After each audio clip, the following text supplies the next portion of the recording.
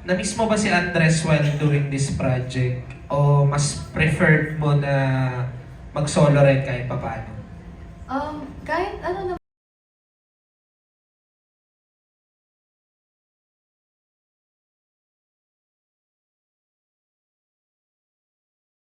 naman po, and kung na-miss ko naman po silang lahat talaga.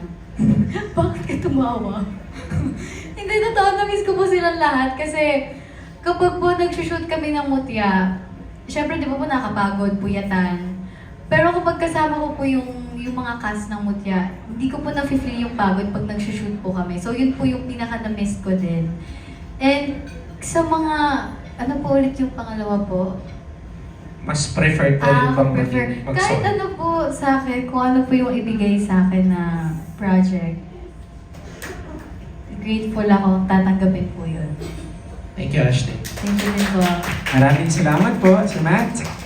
Up next is a question from another fan. Sabi niya dito, siya si Oying Anulabak. Sabi niya, Ash, being as one of the most popular and rising actresses of today, what are the advices that your parents have told you to overcome the pressure and of course some intrigues in the industry?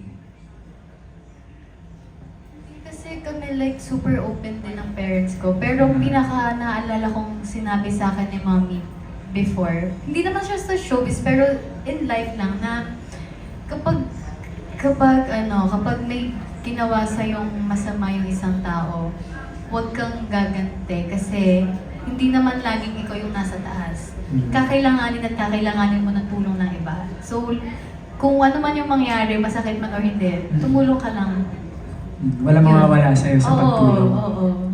Ganda no? Kaya tsaka na-apply mo rin naman yun. And we can feel it.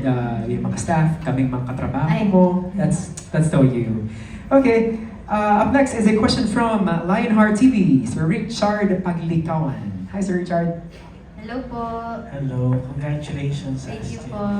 Actually, ano lang, gusto ko lang makuha yung reaction mo kasi tinawag ka kanina. Phenomenal star. Phenomenal star. Ano yung Nahiya ko siya kanina eh. Sabi ko, that's you. Ang awkward po. Parang kapag may mga ganyan pong puri, parang hindi po ako sanay. Na-awkward po ako. Parang mas gusto sabihin mo na lang, Ashley Olviga, sabihin na lang tao. Or Nations with ya. Ganun na lang. Pero kung nakikita pong ganon, syempre, thankful po ako and grateful na, alam niyo po yun, parang at last na-appreciate at nakikita po ako ng mga tao. And kung ganun po yung tingin sa akin, sobrang nakakataba po ng puso. And with that title, mas malaki din yung expectation. Mm. So ano yung personal effort mo para syempre mapangatawanan yung pagiging phenomenal star?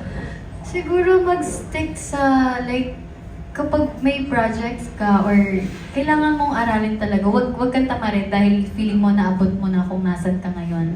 Dapat yung diligence mo and yung willingness mo to learn, parang yung passion mo, laging 100% nung nag-start ka kung nasan ka man ngayon. Thank you, congratulations. Maraming salamat po. Okay. Up next, let's have a TikTok